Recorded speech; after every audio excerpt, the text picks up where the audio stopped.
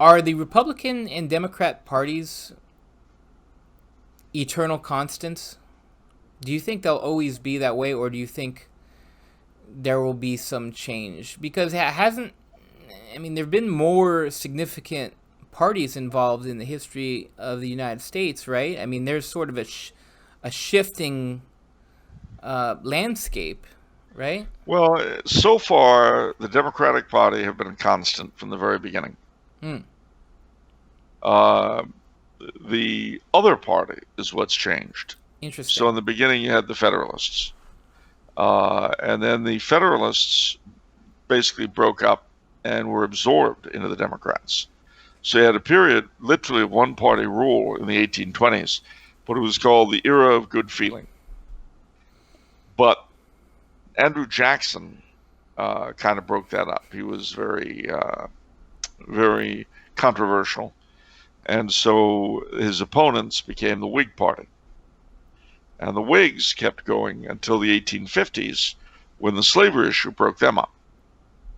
And out of the ruins of the Whigs came the Republican Party with some abolitionist groups. Now, the makeup of the party has varied of both parties has varied tremendously. So, for instance, after the American Civil War, the Second Civil War, the Democratic Party was dismissed by the Republicans as the party of rum, Romanism, and rebellion. Now, what that meant, now, of course, if that's what the Democratic Party were for now, I'd certainly be in favor of them. But it was called that because the Democrats, firstly, were anti-prohibition, which was already becoming a thing in the 1890s, and the prohibitionists were Republican. They were called Romanist because a lot of the Irish were Democrats and a lot of the Catholics, but that wasn't always true on a local level. So in New England, for instance, the Democrats were run by the Irish, so the French Canadians and the Italians tended to be Republican. And that was I mean, it's actually why I was Republican for such a long period of my life, because my dad was. Why was my dad? Well, his father was. They were French Canadian. It was tribal. And the Democrats were the party of the Irish, which meant the party of the Kennedys. So you wouldn't even think of voting for them. But before then, the other Republicans were the Brahmins and the Yankees, and there were ever fewer of them, so they mattered less and less. At any rate, so you had Romanism, and then rebellion referred to the fact that the Democratic Party were considered soft on the Civil War and on destroying the South. And indeed, after the Southern whites regained the franchise, they voted Democratic. The Solid South, it was called. Blacks, up until FDR, tended to be Republican because it was the party of Lincoln. Well, then Protestants varied. Episcopalians, at the time we're speaking of, were always Republican.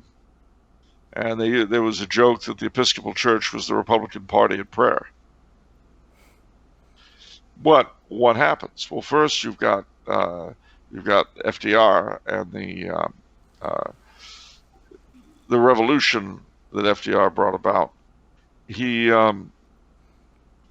what's the word? FDR firstly he brought in the black vote from the Democrats to the Democrats. He began siphoning off the Episcopalians and so on. I know, whenever you talk about Episcopalians, it gets dull. It's all right. And he basically put together what was called the New Deal Coalition. And what that meant in the 50s was you had the Kennedys allied with pro-segregation Democrats. And Okay. that was a weird deal. And they were the majority party into the 70s. But then a couple of things happened. One was that the Southerners, when the Democrats embraced civil rights for the blacks, Southerners left the party in droves and became Republican. And that was the end of the Solid South. And a lot of Catholics, though by no means the majority and certainly not the hierarchy, left the Democratic Party over abortion and moral issues. So the other thing that happened also is that the Democrats in the 19th century, the Democrats were the party of decentralization, states' rights. The Republicans were the party of big government and a strong union. But after World War II, this switched. After the New Deal, this switched, and then the Republicans became the party of small government, and so forth.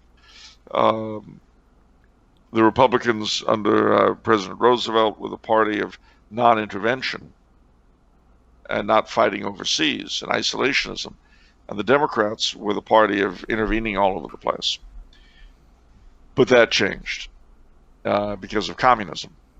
And so now the Republicans were interested in intervening overseas to stop the spread of communism, and the Democrats became isolationists. So I mean, it's been this kind of thing.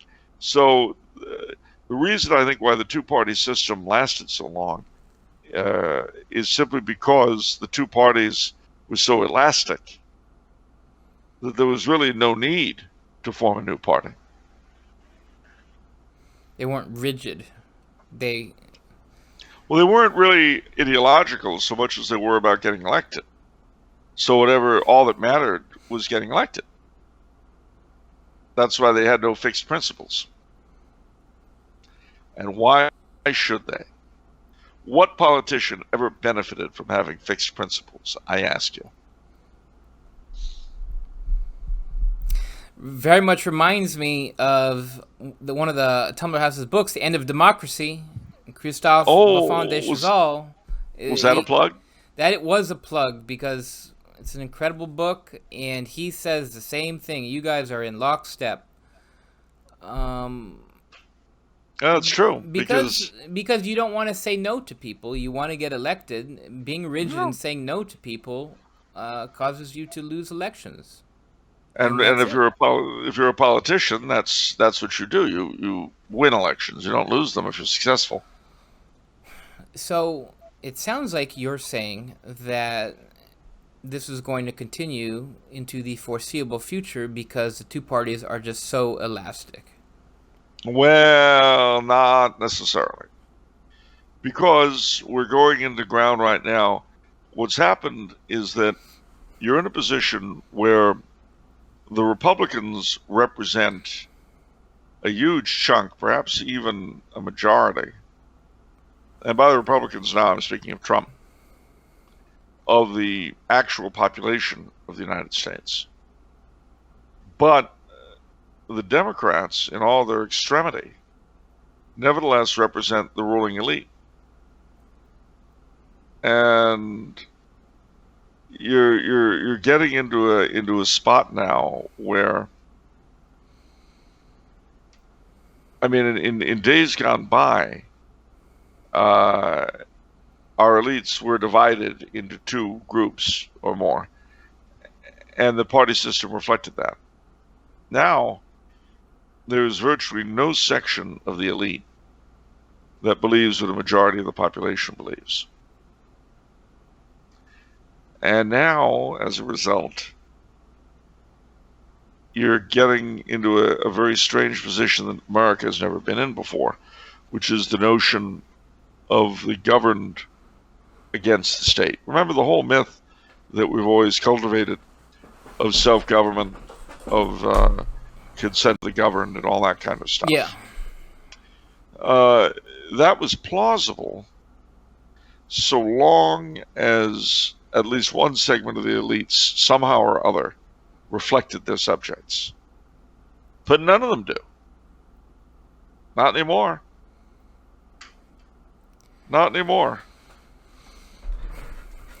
I mean, and see, the problem with that is that you're looking at a setup where the system itself could possibly break down in a way it's never done before. What does that mean? Well, I mean, it means anarchy. It means the center not holding. It means every man for himself, and then survival of the fittest. And then finally the rise of a strong man who'll set everything to rights, quote unquote. Is there a historical precedent for this dynamic that you talked about in terms of the rulers and the ruled being opposite? Well, yeah, I mean, a good example is the Spanish Civil War. Hmm. I mean, the Spanish Second Republic. You know, the reason why Franco succeeded was because he was able to appeal to a solid majority of the Spanish people. And he had the army behind him, but that would not have been enough. The Second Republic had basically, they had a lot of supporters, but they had basically cut themselves off from Spain. And they were getting crazier and crazier. You know, it just occurred to me there's such a strange paradox because you went through the history of the two parties, and the moral of the story is the two parties are incredibly elastic. They were. Yeah, and yet, oh, they were, okay. Because now. Now, for things to pursue their normal course, what you would need at this point is for a Democrat to arise, maybe even be nominated as president, who basically stole Trump's thunder. In How other can that words, happen? That doesn't seem real. well, it doesn't seem real because you forget what Democrats were like. They weren't always crazy. I mean, even in our time, we had the Irishman from Pennsylvania. He was a very famous pro-life Democrat. He was governor. But if someone had those qualities, why would they be Democrat now? Well, see, that is my point exactly. In days gone by, you generally saw the same weird mix of things in both parties. They weren't so far apart, and they were constantly changing. But ever since the 60s, the 70s, certainly since abortion, we have been going on this road where the Democrats have become ever more radical and crazy, and the Republicans have basically sucked up everybody who thinks that's wrong. It's true. And so the way the Democrats have kept up their numbers is by promises and by goodies. But there's a limit to what you can do with that. And now, one of the interesting things is that Marxist analysis in our country has changed a great deal. And don't kid yourself, an awful lot of our Democratic and other folk like Antifa and BLM leadership are Marxists. But classical Marxism no longer makes any sense in the United States. Why is that? Well, it's because there's no longer a proletariat the way there was. No large group, I should say, in the United States, except the homeless, no large group is really in a position to feel excluded on the basis of class, because everybody's standard of living is sufficiently comfortable. You don't have the sweatshops. You don't have the old factories, the smokestacks. We don't have that anymore. So the only people that Marxism could appeal to as foot soldiers were those disaffected proletarians. Well, they're not there. So Marxist analysis has switched from class to race. And that's why they're playing the race card. But the problem in doing that is severalfold. Firstly, when you're trying to attack people on the basis not of what they have, but who they are, you're going to get much worse opposition, number one. Number two, the industrial proletariat was a much larger proportion of the population and much more necessary in a sense. That is to say, they were occupying. I mean, if If the wheels of industry and commerce stopped, the country would be in a terrible way. But by putting it all on a relatively small group of racial minorities and trying to use them as a battering ram to take power, you may smash the structure, but you'll never take control of it. And out of the ruins you make, another force will arise, and that other force will probably be very unpleasant.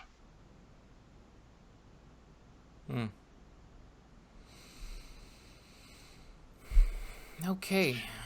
I made the joke, when asked what an American strongman would be like, our version of Franco, if you will. I said, I can't tell, because it'll all depend on the circumstances, and above all, on his particular personality.